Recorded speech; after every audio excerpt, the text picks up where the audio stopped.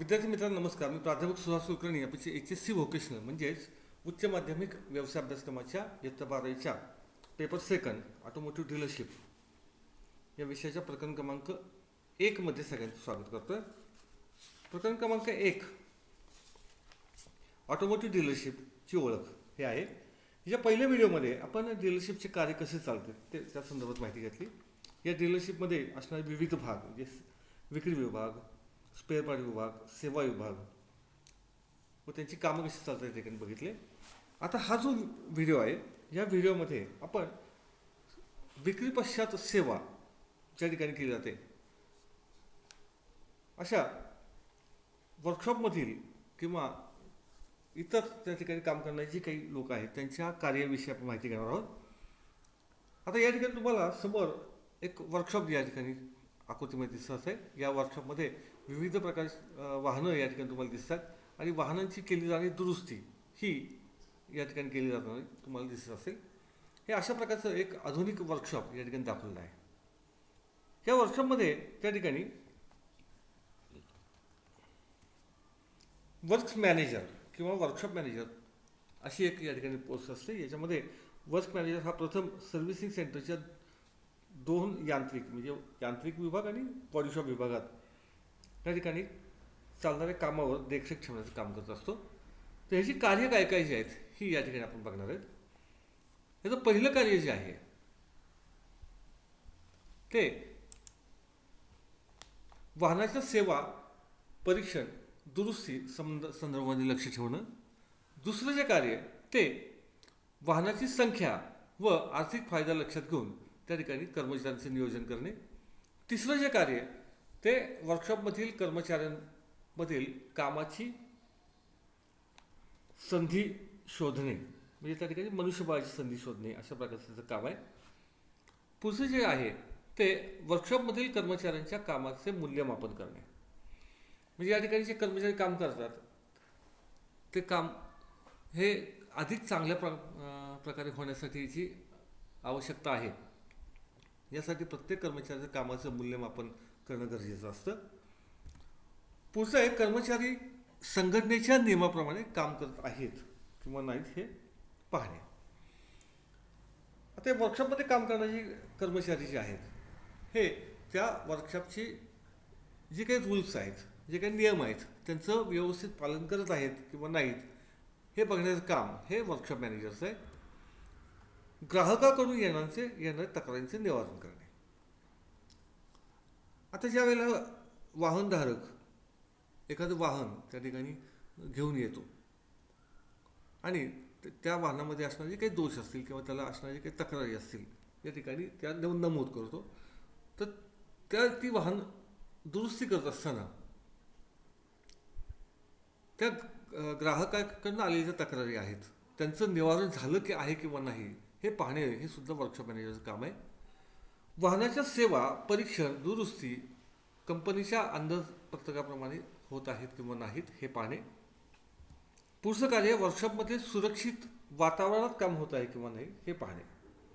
कारण वर्कशॉप जे आहे या ठिकाणी जे आपण काम करत असताना त्या ठिकाणी काही वेळेला ॲक्सिडेंट होण्याची शक्यता असते किंवा कर्मचाऱ्यांमध्ये त्याला काही लागण्याची शक्यता असते. तर ते जे काम करत आहेत ते काम हे व्यवस्थित करत आहेत किंवा त्या ठिकाणी सुरक्षित वातावरणात काम करत आहेत किंवा नाहीत हे पाहणं हे वर्कशॉप मॅनेजरचं काम आहे. पुढं वाहनातील खराब झालेल्या भागांवर लक्ष ठेवणे. कारण वाहनामध्ये जे खराब झालेले भाग असतात ते काही वॉरंटीमधील असतात. तर अशा वेळेला त्या ठिकाणी ते जे भाग असतात ते परत कंपनीला पाठवणे किंवा ते खराब झालेले भाग असतात ते पुन्हा या ठिकाणी पुन्हा वापरले जाणार नाहीत याची काळजी ही वर्कशॉप मॅनेजरला घ्यायची असते. वर्कशॉपमध्ये उपकरणे सुरक्षित ठेवणे. आता वर्कशॉपमध्ये आपण वेगवेगळ्या प्रकारच्या उपकरणांचा वापर वाहन दुरुस्तीसाठी करत असतो. त्यावेळेला ती जी उपकरणं जी असतात ही चांगल्या स्थितीमध्ये राहणे गरजेचं असतं. तर चांगल्या स्थितीत राहण्यासाठी ती सुरक्षित प्रकारे त्या ठिकाणी त्यांचं जतन करणं हे सगळ्यात महत्त्वाचं काम असतं. वर्कशॉपमध्ये केले जाणारे कामं हे गुणवत्तापूर्वक असण्याची खात्री करणे. आता ज्यावेळेला वर्कशॉपमध्ये याच्यावर काम करतो किंवा या ग्राहकाच्या काही तक्रारी असतात त्यांचं निवारण हे चांगल्या प्रकारे होणं गरजेचं असतं. एकदा त्या ठिकाणी आलेली तक्रार जी आहे पुन्हा त्या ठिकाणी येता कामा नये यासाठी त्या ठिकाणी काटेकोरपणे वर्कशॉप मॅनेजरनं पाहायला गरजेचं आहे. म्हणून केलं जाणारे काम हे गुणवत्तापूर्वक असल्याची त्या ठिकाणी त्यांना खात्री करणं गरजेचं असतं. वर्कशॉपमध्ये सर्व स्पेअर्स, लुब्रिकन्स व इतर सामुग्री उपलब्ध असल्याची लक्ष देणे. आता वर्कशॉपमध्ये काम करत असताना त्या ठिकाणी विविध प्रकारचे स्पेअर्स, त्यानंतर लुब्रिकन्स किंवा इतर काही सामान हे लागत असतं. आता या स्पेअरसाठी किंवा लुब्रिकन्ससाठी किंवा जी इतर लागणारी सामुग्री आहे हे नसल्यामुळं त्या ठिकाणी कुठल्या काम हे थांबता कामा नये. कारण तशा प्रकारे काम जर थांबलं तर वाहनाच्या दुरुस्तीसाठी लागणारा वेळ जो असतो तो वाढण्याची शक्यता असते. तर हे स्पेअर्स, लुब्रिकन्स किंवा लागणारी इतर जी काही साधन सामुग्री आहे ही वेळच्या वेळी त्या ठिकाणी कामगारांना मिळाली पाहिजे ह्याची दक्षता वर्कशॉप मॅनेजरनं घेणं आवश्यक असतं. ह्याच्यानंतर आपण जे बघणार आहे तो म्हणजे सेवा सल्लागार, ज्याला आपण सर्व्हिस ॲडवायझर असं म्हणतो. ज्यावेळेला तुमचं वाहन तुम्ही वर्कशॉपमध्ये घेऊन जाता त्यावेळेला पहिल्यांदा तुमचं वाहन जे आहे तो हा सेवा सल्लागार हा त्या ठिकाणी पहिल्यांदा ताब्यात घेत असतो. ज्यावेळेला तुमचं वाहन हे सर्व्हिसिंगला किंवा दुरुस्तीला तुम्ही देत असता त्यावेळेला त्या वाहनाची दुरुस्तीसाठी किंवा त्या ठिकाणी ते वाहन चांगल्या कंडिशनमध्ये आहे किंवा हे पाहण्याचं काम त्या ठिकाणी सेवा सल्लागार करत असतो. तोच त्या ठिकाणी पहिल्यांदा तुमचं जॉब कार्ड वगैरे तयार करतो आणि मग तुमचं वाहन जे असतं हे वर्कशॉपमध्ये जातं. आता हा जो सेवा सल्लागार जो आहे ह्याची काय कामं आहेत ते आपण पहिला बघूया. सेवा सल्लागाराच्या कामामध्ये पहिला भाग जो आहे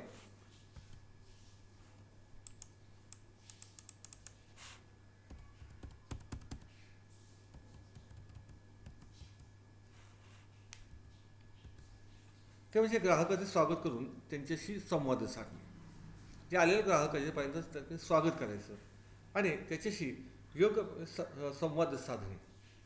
म्हणजेच या ठिकाणी त्या गाडीच्या काही तक्रारी असतील किंवा त्या संदर्भामध्ये गाडी सर्व्हिसिंग कधी होणार आहे, किती वेळ लागणार आहे या संदर्भामध्ये त्याला माहिती देणं. दुसरं, ग्राहकाचे वाहन जागेवरून उचलणे व सोडण्याची व्यवस्था करणे. आजकाल मोठमोठ्या शहरांमध्ये काय होतं की शोरूम जे असते किंवा वर्कशॉप जे असतं हे खूप शहरापेक्षा बाहेर असतं. अशा प्रत्येक वेळेला ग्राहकाला त्या ठिकाणी त्याचं वाहन जे असतं ते तिथं नेणं आणि आणणं हे त्या ठिकाणी जमत नाही. किंवा बऱ्याच वेळेला कसं होतं की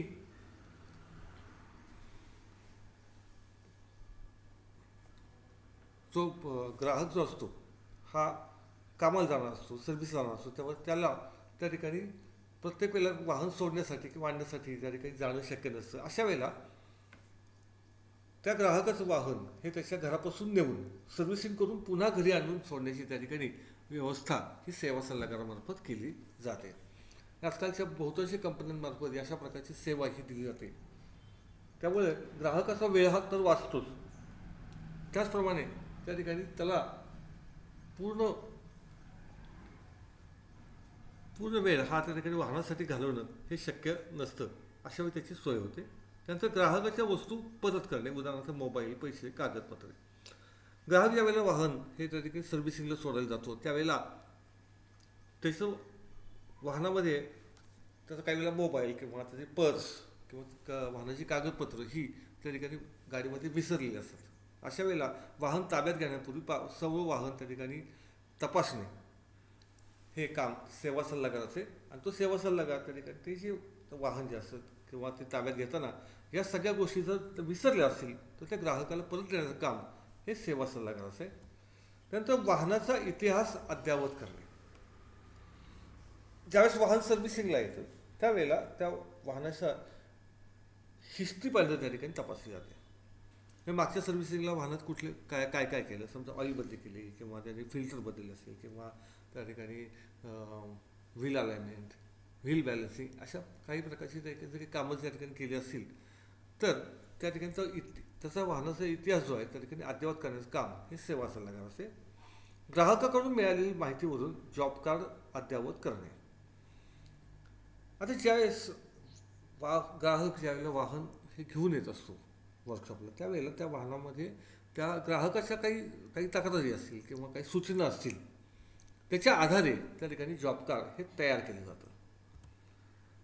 वाहनाची स्थिती तपासून नोंद घेणे व ग्राहकाची मान्यता घेणे. ज्यावेळेला वाहन सर्व्हिसिंगला आलेलं असतं त्यावेळेला वाहनाचा हा आउटर लुक हा बघितला जातो.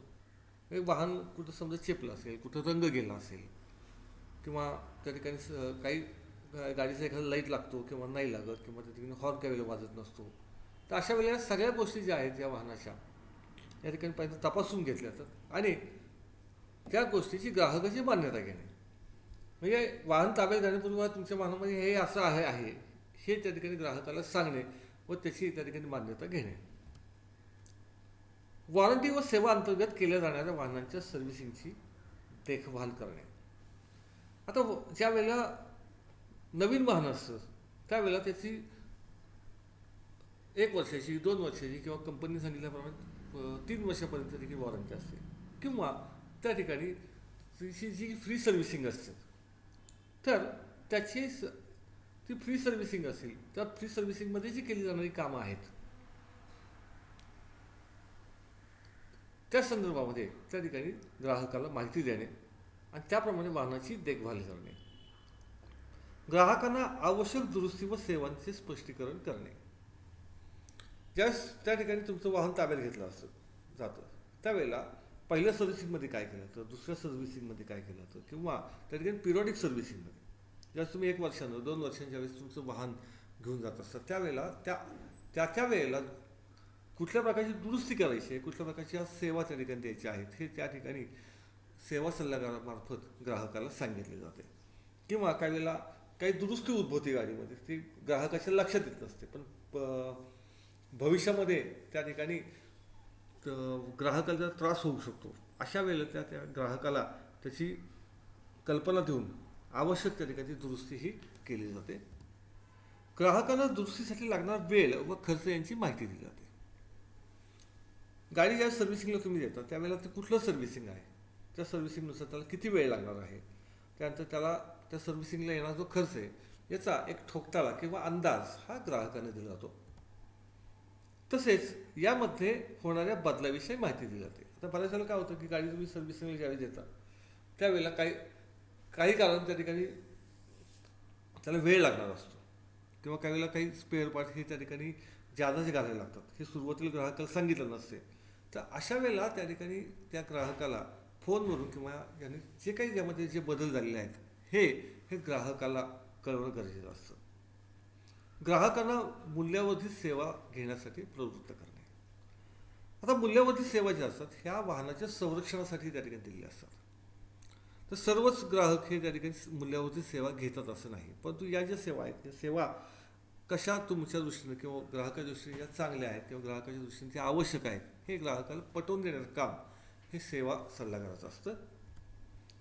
ग्राहकांच्या अडचणी सोडवणे. वाहनाविषयी असणाऱ्या काही तक्रारी असतील किंवा ग्राहकाची काही अडचण असेल किंवा काही वेळेला गाडी सोडण्यासाठी नेण्यासाठी किंवा गाडी सोडल्यानंतर त्या ठिकाणी परत जाण्यासाठी ग्राहकाला काही ज्या अडचणी असतील तर या अडचणी सोडवण्याचं काम हे सेवा सल्लागाराचं असतं. अंतिम बिलाचा तपशील मिळालेला जॉब कार्ड बंद करणे. त्यावेळेला गाडी सर्व्हिसिंगला दिल्यानंतर ते सर्व्हिसिंग सगळं होतं तर सगळं बिल तयार होतं आणि हा सगळा तपशील जो आहे हा सगळा तपशील त्या ठिकाणी तयार झाला की त्या ठिकाणी ते जॉब कार्ड बंद करणं हे या सेवा सल्लागाराचं काम आहे. आता पुढे आपण जे बघणार आहे ते म्हणजे सर्व्हिस इंजिनियर. या ठिकाणी आकृतीमध्ये तुम्हाला हे सर्व्हिस इंजिनियर महाशय दिसत आहेत. हा जो असतो तो शॉप फ्लोअर असणारा माणूस आहे. आता त्या ठिकाणी सेवा सल्लागाराकडून किंवा सर्व्हिस ॲडवायझर करून ज्यावेळेस गाडी ही वर्कशॉपला येते त्यावेळेला त्याच्या जॉब कार्डप्रमाणे आवश्यक अशा प्रकारचं काम करून घेणं हे या ठिकाणी सर्व्हिस इंजिनियरचं काम आहे. आता ह्याची कर्तव्य काय काय ते आपण बघूया.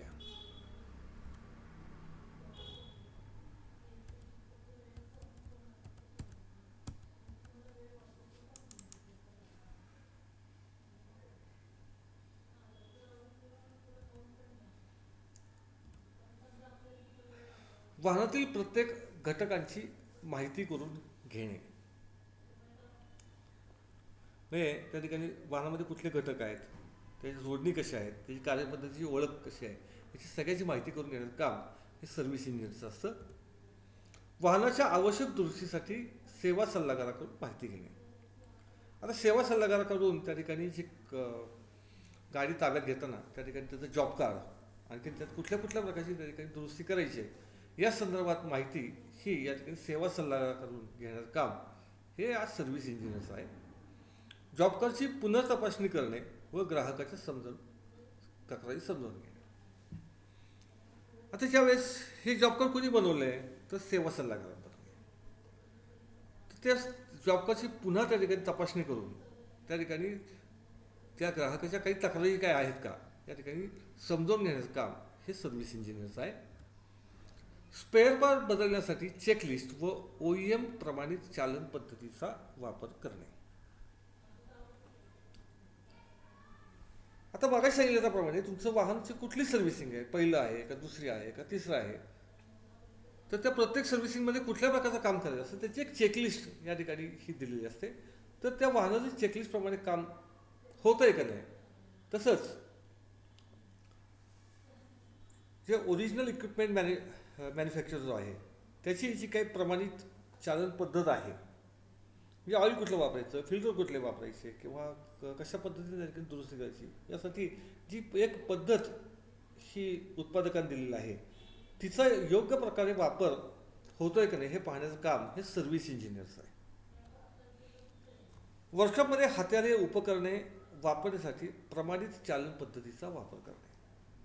आता वर्कशॉपमध्ये काही स्पेशल टूल्स असतात, काही कूलर्स असतात किंवा काही इन्स्ट्रुमेंट्स त्या ठिकाणी दिले असतात. तर ह्यांचा वापर करताना योग्य पद्धतीचा वापर त्या ठिकाणी होतोय किंवा नाही हे पाहण्याचं काम हे सर्व्हिस इंजिनियरचं आहे. वर्कशॉपमधील हत्यारे उपकरणे वापरण्यासाठी वेळोवेळी तपासणी करून घ्या. आता याच्यामध्ये जे काही तुमचे स्पॅनर्स असतील किंवा जे काही इक्विपमेंट्स तुम्ही वापरत असाल तर ती योग्य आहेत का, काही खराब झालेले आहेत का, काही झिजले आहेत का, त्यानंतर जे काही तुम्ही इतर काही हे वापरणार आहात, साधनं वापरणार आहात, ती सुरक्षित आहेत का याची वेळोवेळी तपासणी करण्याचं काम हे सर्व्हिस इंजिनियर, की ज्याच्यामुळं काही कुठल्या प्रकारचे अपघात वगैरे वर्कशॉपमध्ये होणार नाहीत याची काळजी ही सर्व्हिस इंजिनियरचं घ्यायची असते. हत्यारे व उपकरणे यात काही दोष आढळून आल्यास संबंधित व्यक्तीला त्याची कल्पना देणे. आता मग काय सांगितलं की वेगवेगळ्या प्रकारचे अनेक उपकरणं, अनेक इन्स्ट्रुमेंट्स हे आपण या ठिकाणी वाहन दुरुस्तीसाठी वापरत असतो. तर मागाशी आपण बघितलं की त्याची वेळोवेळी तपासणी करणं हे गरजेचं आहे. तर ह्याची तपासणी करताना त्यामुळे त्या उपकरणांमध्ये किंवा त्या हातांमध्ये काही जर दोष आढळला तर तुमचे संबंधित कोण वर्क्स मॅनेजर असेल किंवा जे काही व्यक्ती असेल त्याला सांगून ती बदलणं किंवा ती दुरुस्त करून घेण्याचं काम हे सर्व्हिस इंजिनियरचं आहे. दुरुस्ती व जुळणीची गरज ओळखण्यासाठी इंजिन व इतर भागांची तपासणी करणे.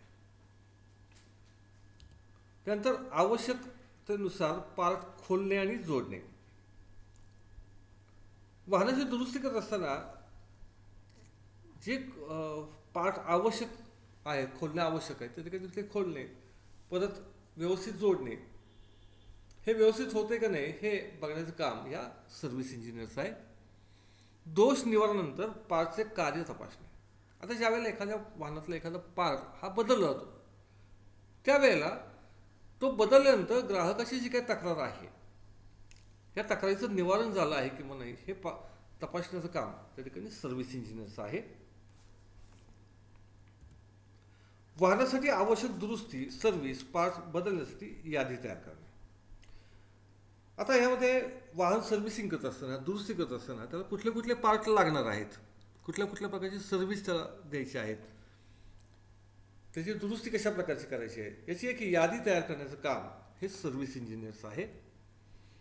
सेवा सल्लागाराच्या सल्ल्याला अंतिम रूप देणे. आता वाहनामध्ये दुरुस्ती करत असताना दुरुस्ती कशा प्रकारे केली जायची किंवा कशा प्रकारे करायची आहे, तर यासाठी आवश्यक तो सल्ला हा सर्व्हिस ॲडवायझरकडून हा सर्व्हिस इंजिनियरचं घ्यायचं असतं आणि त्यानं दिलेल्या सल्ल्याला अंतिम रूप देणं, म्हणजे त्यांनी दिलेल्या सल्ल्याप्रमाणे त्या ठिकाणी काम करणं हे या सर्व्हिस इंजिनियरचं काम आहे. वर्कशॉपमध्ये वाहनांची सुरक्षित हालचाल करणं. आता जनरली काय होतं की वर्कशॉपमध्ये अनेक वाहनं त्या ठिकाणी येत असतात जात असतात. अशा वेळेला त्या ठिकाणी वर्कशॉपमध्ये येणारं वाहन हे व्यवस्थित येत आहे का, व्यवस्थित पार्किंग केलं जातं आहे का, ते पार्किंग करत असताना किंवा त्या ठिकाणी ते त्याची हालचाल करत असताना त्या वाहनाला काही त्या ठिकाणी धक्का पोचू नये, तेव्हा किंवा त्याला कुठं पोचा येऊ नये, किंवा त्या ठिकाणी कर्मचाऱ्याला काही त्या ठिकाणी होऊ नये, याची सर्व काळजी घेण्याचं काम हे सर्व्हिस इंजिनियरचं आहे. याच्यानंतर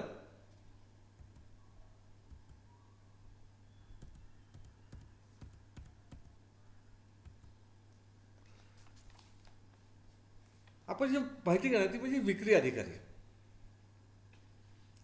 यालाच आपण सेल्समन किंवा सेल्स एक्झिक्युटिव्ह अशा प्रकारचं नाव दिलेलं आहे.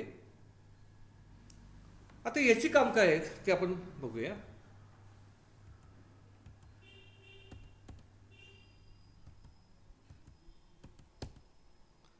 हा जो विक्री अधिकारी आहे ह्याच्या कामामध्ये शोरूममध्ये आलेल्या तसेच फोनवरून चौकशी केलेल्या संभाव्य ग्राहकाला हाताळणे. आता जो ग्राहक शोरूममध्ये आलेला आहे किंवा ज्या ग्राहकाने त्या ठिकाणी फोनवरून चौकशी केलेली आहे, तर त्या ग्राहकाच्या चौकशांना सामोरं जाण्याचं काम या ठिकाणी या विक्री अधिकाऱ्याचं आहे. आलेल्या ग्राहकाचे स्वागत करणे व त्याला खरेदीची प्रक्रिया समजावून देणे. जो ग्राहक त्या ठिकाणी शोरूममध्ये आलेला आहे त्या ग्राहकाचं स्वागत करणं, तसंच त्या ग्राहकाला वाहन खरेदीची जी काही प्रक्रिया आहे ही समजावून देण्याचं काम या विक्री अधिकाऱ्याचे.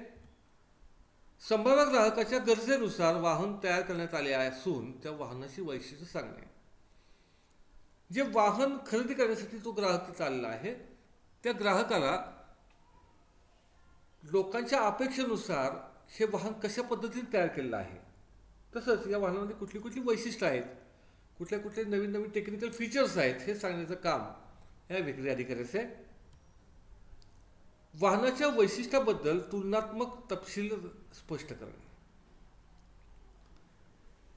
आता बऱ्याच काय होतं, बऱ्याच कंपन्यांचे एकसारखी मॉडेल बाजारामध्ये आले असतात, तर याच्यामध्ये आपल्या कंपनीच्या वाहनाचे इतर वाहनांच्या मॉडेलशी त्या ठिकाणी तुलना करून आपल्या कंपनीचंच वाहन हे किती चांगलं आहे हे सांगण्याचं काम त्या ठिकाणी विक्री अधिकाऱ्याचे.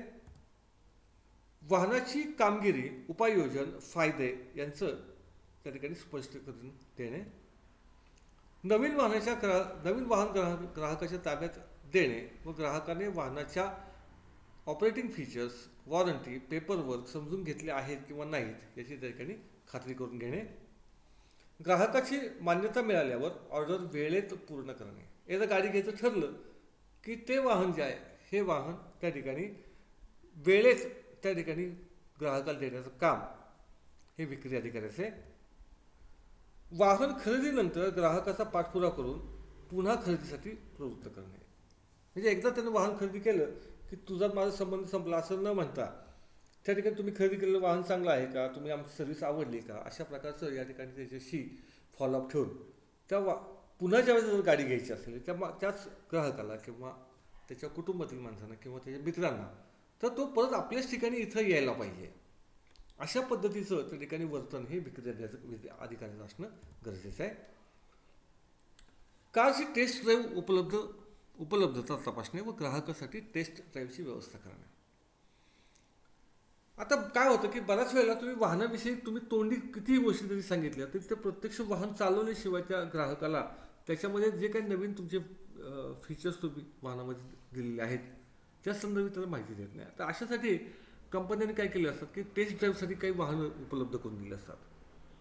तर ग्राहकाला शेवटी ज्या वेळेला ते वाहन चालवून बघितल्याशिवाय त्या वाहनाची कल्पना येत नाही, म्हणून त्याला टेस्ट ड्राईव्हसाठी वाहन उपलब्ध करून देण्याची व्यवस्था ही विक्री अधिकाऱ्याची असते. वाहनाच्या किमतीबाबत ग्राहकाने केलेल्या चौकशींना प्रतिसाद देणे. तर सगळ्यात गाडी खरेदी करताना सगळ्यात महत्त्वाचा भाग असतो तो म्हणजे गाडीची किंमत. मग त्या गाडीची किमतीबरोबर त्या ठिकाणी काही त्याला काही स्कीम आहे का किंवा काही फेस्टिवल ऑफर आहेत का, किंवा गाडीवर काय तुम्ही कंपनीमार्फत काय काय ॲक्सेसरीज दिल्या जातात याची चौकशी ग्राहक करत असतो. तर त्याच्या सगळ्या चौकशींना उत्तर देण्याचं काम हे विक्री अधिकाऱ्याचं असतं. ह्याच्यानंतर आपण जे बघतोय ते म्हणजे स्पेअर पार्ट ॲक्सेसरीज मॅनेजर.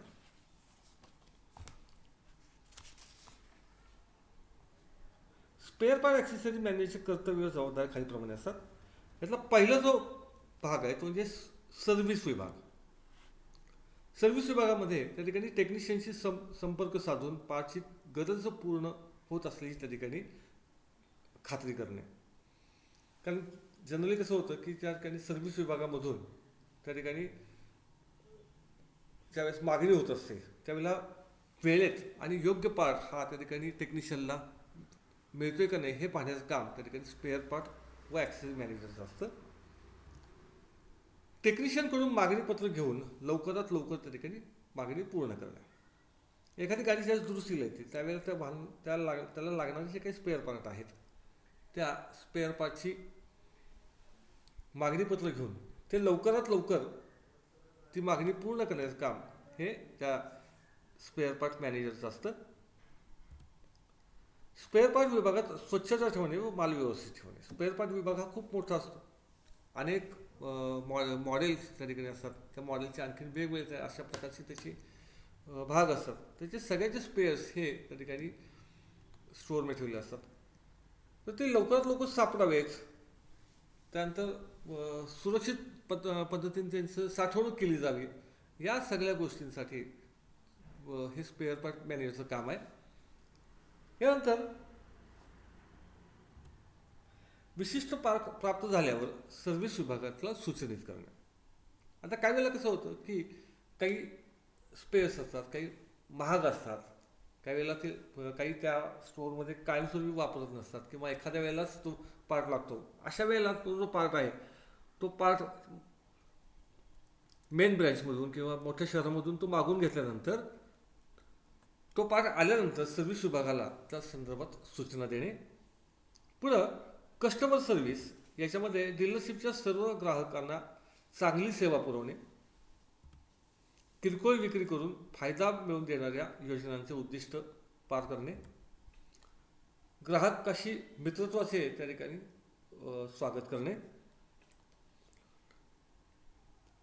त्यानंतरचा भाग आहे तो म्हणजे स्वच्छ व कार्यक्षम वातावरण. वितरकाकडून आलेले पार्ट मागणीप्रमाणे असण्याची खात्री करण्याचं काम त्या ठिकाणी स्पेअर पार्ट मॅनेजरचं आहे. सर्व पार्टची कालबद्ध नोंद ठेवणं हे त्या ठिकाणी ॲक्सेसरीज किंवा त्या ठिकाणी स्पेअर पार्ट मॅनेजरचं काम आहे. ग्राहकाचे खाते व माहितीचा तपशील अद्ययावत ठेवणे हे सुद्धा त्या ठिकाणी स्पेअर पार्ट मॅनेजरचं काम आहे. ह्याच्यानंतर पुढचा जो आपण भाग येणार आहे तो म्हणजे ऑटोमोबाईल सर्व्हिस टेक्निशियन. कारण जो मुख्य भाग आहे म्हणजे त्या ठिकाणी वाहन दुरुस्त करणारे जो कर्मचारी आहे त्याला आपण सर्व्हिस टेक्निशियन असं म्हणतो. तर आजकाल काय होतं की कंपन्यांमध्ये त्या ठिकाणी आपण बघतो की नवीन नवीन आधुनिक तंत्रज्ञान त्या ठिकाणी वापरलं जातं. त्यामुळे त्या ठिकाणी असणारा जो टेक्निशियन असतो हा त्या ठिकाणी शिक्षित अशा प्रकारचं असणं गरजेचं असतं.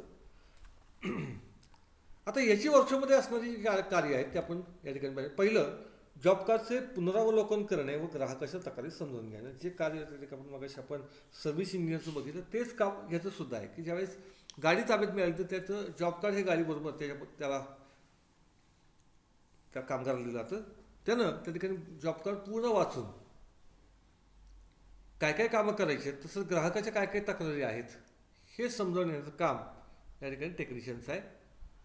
वाहन दुरुस्ती व सर्व्हिसिंगसाठी गरजा निर्धारित करण्यास मदत करणे. म्हणजे सर्व्हिसिंग करण्यासाठी किंवा वाहन दुरुस्त करण्यासाठी कुठल्या कुठल्या गोष्टींची आवश्यकता आहे